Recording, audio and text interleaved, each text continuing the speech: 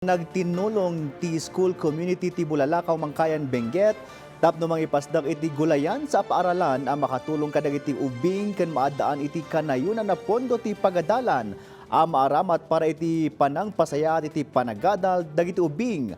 Ada detalye ni Jezreel Kate Lapizar.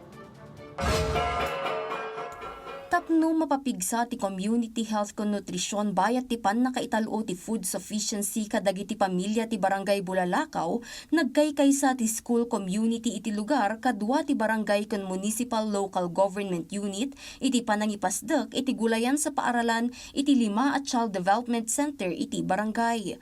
Babaen iti project lawa ken binhi ti Department of Social Welfare and Development Cordillera na ipaayan ti 430,000 budget allocation daytoy naaramat iti panangipaay ti cash incentive kadagiti nakipasat ti programa kanda dumapay akasapulan iti daytoy.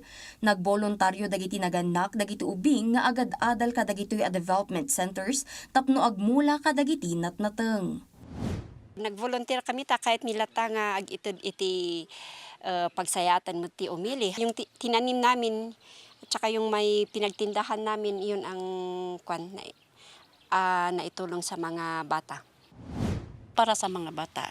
Kasi kulang po yung, siyempre kulang yung mga dito sa school, gagamitin namin sa mga bata. Kaya gaya ng contribution, yun ang gagamitin namin sa feedings. Sumagmamano aparikot tinapasaranda kabayatan ti implementasyon ti programa. Pakairamanan ti limitado a materyales ngem gapo iti tulong kon suporta ti LGU ken ti komunidad na labawan dati parikot. Dakkel met a tulong dagiti apit da gapo ta mabalin dagitoy nga iyawid dagiti ubing para kadagiti pamilyada. Mailako para iti kanayunan a pondo ti pagadalan ken dumapay. May isa nga benefits daytoy gulayan is for the feeding and for the improvement of the school. Nagimatang kami ti sangapulo nga yukalili. Jay 10 nga beneficiaries in donate dati 10,000 piman nga nagnayon miti 55 inches nga smart television.